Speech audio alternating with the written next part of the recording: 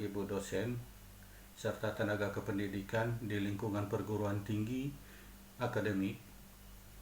Di video kali ini saya akan berbagi informasi terkait program sertifikasi kompetensi teknis dosen dan tenaga kependidikan tahun 2021. Nah, sesuai dengan hasil sosialisasi yang dilaksanakan oleh Kementerian Pendidikan, Kebudayaan, Riset dan Teknologi pada tanggal 3 Juni 2021 kemarin, disampaikan bahwa pendaftaran program tersebut diperpanjang sampai dengan tanggal 12 Juni 2021. Nah, pada kesempatan ini saya menghimbau kepada Bapak Ibu dosen serta tenaga kependidikan, selain kita memperoleh pengetahuan dan keterampilan, seluruh biaya kegiatan tersebut ditanggung oleh Kementerian Pendidikan, Kebudayaan, Riset dan Teknologi. Jadi, tunggu apa lagi? Namun, sebelum saya melanjutkan penjelasan tentang pedoman program tersebut, jangan lupa tekan subscribe dan tekan lonceng notifikasinya. Terima kasih.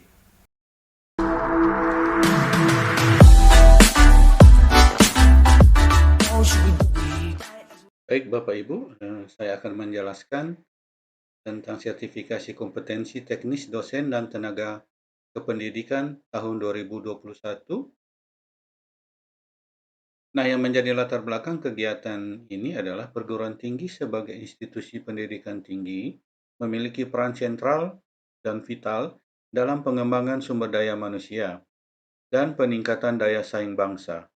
Agar peran sentral dan vital tersebut dapat berjalan dengan baik, maka SDM perguruan tinggi harus memiliki kualitas unggul yang dicirikan antara lain dengan sifat kreatif, inovatif, produktif. Tantangan pendidikan di era global akan semakin kompleks.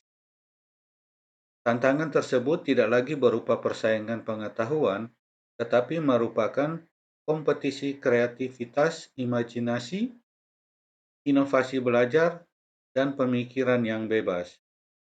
Situasi ke depan juga akan dihadapkan pada kondisi volatilitas, ketidakpastian, kompleksitas, dan ambiguitas, sehingga menuntut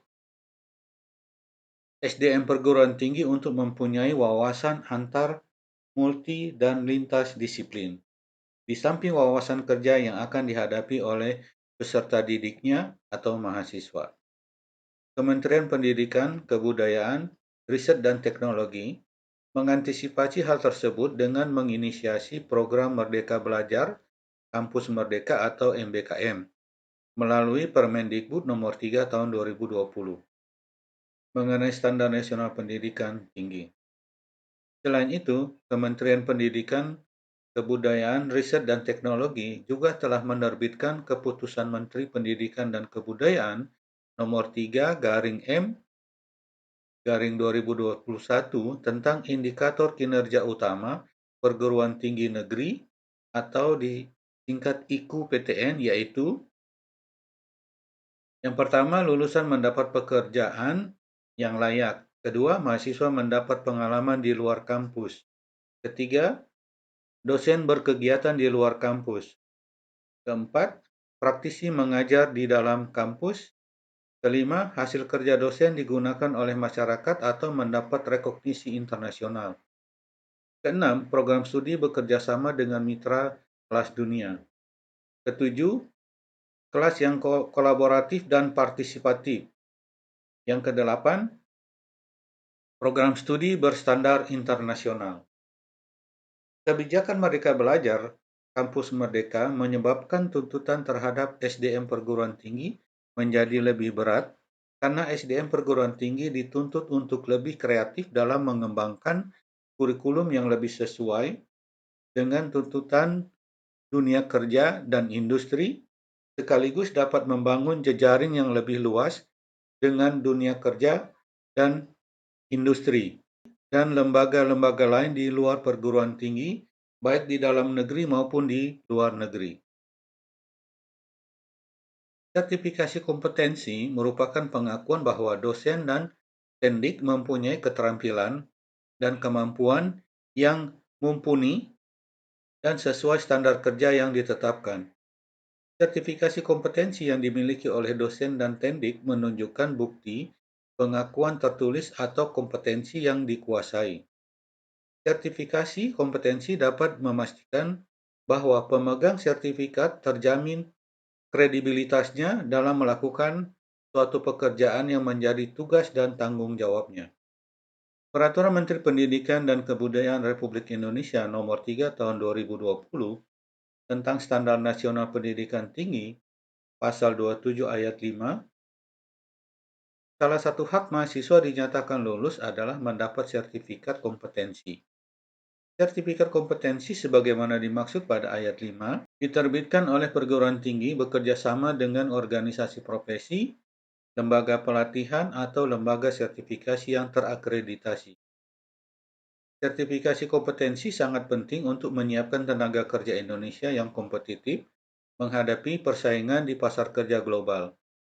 Kompetensi profesional dosen dapat diperoleh melalui sertifikasi kompetensi sesuai bidangnya. Dosen dan tendik merupakan faktor utama untuk menghasilkan mahasiswa yang kompeten sesuai bidang ilmunya. Dosen dan tendik dituntut harus lebih kompeten dibandingkan mahasiswa.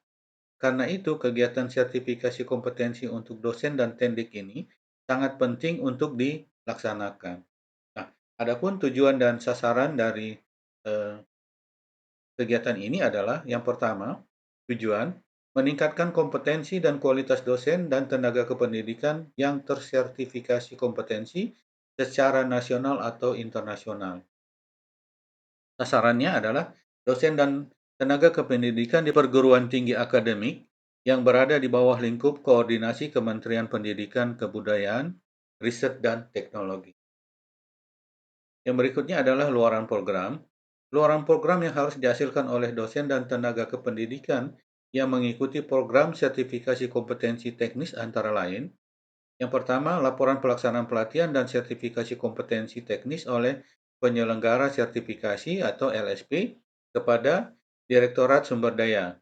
Yang kedua, sertifikat lulus pelatihan sertifikasi kompetensi teknis sesuai bidang yang diikuti. Yang ketiga, sertifikat lulus uji kompetensi teknis sesuai bidang yang diikuti bagi yang lulus. Nah, yang berikutnya adalah persyaratan peserta. Yang pertama adalah dosen dan tenaga kependidikan yang berasal dari perguruan tinggi akademik di lingkungan Kemendikbud Ristek. Yang kedua, dosen yang memiliki nomor induk dosen nasional atau NIDN. Yang ketiga, tenaga kependidikan yang memiliki nomor induk tenaga kependidikan atau NITK. Yang keempat, tidak sedang melaksanakan tugas belajar dan prajabatan. Yang kelima, surat izin dari pimpinan perguruan tinggi. Dan yang keenam, membuat portofolio sesuai format berikut ini. Poin A, pendidik atau dosen. Yang pertama, sertifikat pelatihan yang telah diperoleh. Yang kedua, mata kuliah yang diampu dalam 3 tahun terakhir. Yang ketiga, pengalaman penelitian dan pengabdian kepada masyarakat yang terkait dengan bidang sertifikasi yang diambil. Hal ini jika ada. 4. Alasan mengambil skema sertifikasi. Poin B, untuk tenaga kependidikan. Yang pertama adalah biodata. Yang kedua, riwayat pendidikan dan pelatihan. Yang ketiga, deskripsi diri, etos kerja, integritas, motivasi, dan deskripsi tugas yang dikerjakan. Yang keempat, alasan mengambil skema kompetensi. Yang berikutnya adalah komponen biaya. Pertama, biaya hidup. Biaya hidup mencakup biaya akomodasi, konsumsi, dan transport lokal selama kegiatan berlangsung. Yang kedua, biaya kesehatan. Di dalam hal ini adalah swab antigen. Yang ketiga, biaya pelatihan dan uji kompetensi. Yang keempat, biaya transportasi mencakup tiket keberangkatan dan kepulangan serta taksi ke atau dari tempat pelaksanaan pelatihan yang dibayarkan head cost. Penjelasan ini nanti bisa dilihat pada poin tersendiri. Yang berikutnya adalah skema sertifikasi. Nah, di sini pada kolom yang kedua di sini adalah menyangkut bidang. kemudian skema, kemudian untuk peruntukannya, ya, peruntukannya di sini ada dua untuk tendik dan dosen, kemudian kategori LSP. Nah, di sini untuk bidang itu ada macam-macam, saya ambil contoh saja, manajemen keuangan atau bisnis, skemanya level 5 KKNI, manajemen akhir bisnis. Nah, ini khusus di peruntukan untuk tendik. Ya. Yang berikutnya, di sini juga ada beberapa untuk tenaga pendidik. Ya. Kemudian ada juga untuk manajemen keuangan dan bisnis, ini juga untuk dosen dan calon asesor. Ya. Ini skemanya, ya, levelnya ada 5, 7, sampai 8 ya. Nah, ini nanti bisa dilihat, Bapak Ibu tinggal memilih mana yang sesuai dengan kompetensi yang Bapak Ibu inginkan. Di sini tersedia sebanyak 83 bidang ya, dengan 83 skema. Ya. Nah, ini kalau dilihat sampai akhir, ini nanti bisa dilihat.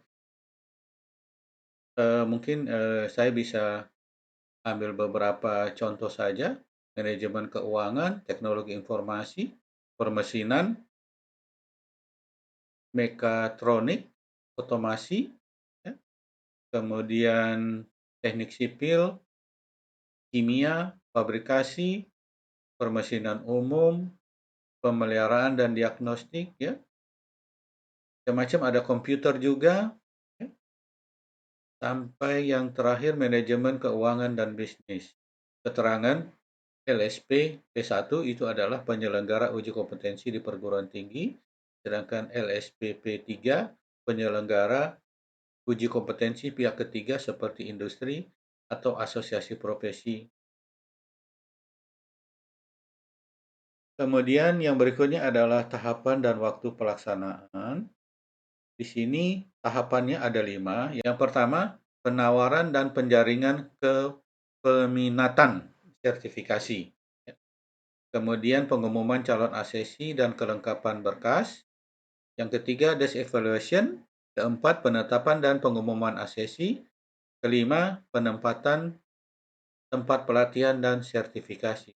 Nah, untuk waktunya ini sebenarnya tentatif, nanti di bagian belakang akan saya sampaikan video penjelasan dari Kemendikbud, ya. Yang berikutnya tata cara pendaftaran juga di sini. Yang pertama itu kita harus melakukan registrasi. Pendaftar dapat melamar secara online dengan cara registrasi terlebih dahulu dengan menggunakan NIDN atau NITK pada laman http://kompetensi.kemendikbud.go.id/p2. Ya. Yang kedua, login. Setelah mendapat akun, pendaftar dapat login dan memilih program kegiatan yang ditawarkan. Yang ketiga, pendaftar memilih bidang dan skema sertifikasi. Yang keempat, bagi pendaftar yang dinyatakan lolos pada tahap kepeminatan dan memenuhi kuota dapat melanjutkan ke tahap seleksi berikutnya dengan mengunggah kelengkapan persyaratan. Untuk tata cara pendaftaran, nanti akan saya buatkan videonya supaya Bapak Ibu lebih jelas. Yang kelima adalah hasil seleksi. Setiap tahapan seleksi calon peserta dapat melihat melalui akun pendaftaran online pada riwayat penilaian dan hasil seleksi penilaian akhir yang akan diumumkan melalui laman http://dikti.kemendikbud.go.id dan http://kompetensi.sumberdayak.kemendikbud.go.id/p2. Bagian terakhir, pedoman pelaksanaan program sertifikasi kompetensi teknis bagi dosen dan tenaga kependidikan ini disusun sebagai acuan bagi penyelenggara, narasumber, dan peserta program. Hal-hal teknis yang belum diatur dalam pedoman ini akan diatur kemudian. Demikian Bapak Ibu yang bisa saya sampaikan. Berikutnya kita bisa saksikan video penjelasan dari Kemendikbud tentang jadwal dan pembiayaan. Oke, ini timeline-nya saya hanya mengingatkan saja. Jadi timeline kegiatan yang sudah tadi dipaparkan ini tentatif sebetulnya ya. Nanti perlu Bapak ya, Ibu ingat untuk dosen dan tendik ya, untuk pendaftaran program masih ada waktu ya, sekitar 10 harian lagi ya, sampai 12 Juni ya. Oke, pembiayaan program sertifikasi kompetensi dosen dan tendik ya. Jumlah bantuan dana pada tabel berikut merupakan biaya bantuan untuk satu orang ya, untuk satu orang peserta ya, yang mengikuti program sertifikasi kompetensi dosen dan tendik. Nah, apa aja yang kita cover untuk Bapak Ibu ya, sebagai calon peserta, itu adalah salah satunya adalah biaya hidup ya. Biaya hidup nanti kita akan berikan selama 4 hari ya, seharinya 1,150 ya. Jadi per hari jadi sekitar 4.600.000 ya. Jadi 4.600.000 itu termasuk akumulasi konsumsi dan transportasi lokal. Jadi oke, selanjutnya adalah biaya swab antigen. Biaya swab antigen ini diberikan 2 kali saat datang dan pulang ya, senilai 250.000, sorry, 250.000 per kali swab ya. Jadi 2 kali ya, kali 2 aja 500 jadinya. Terus selanjutnya adalah biaya pelatihan sertifikasi dan uji kompetensi. Nah, ini kita bentuk sifatnya at cost ya.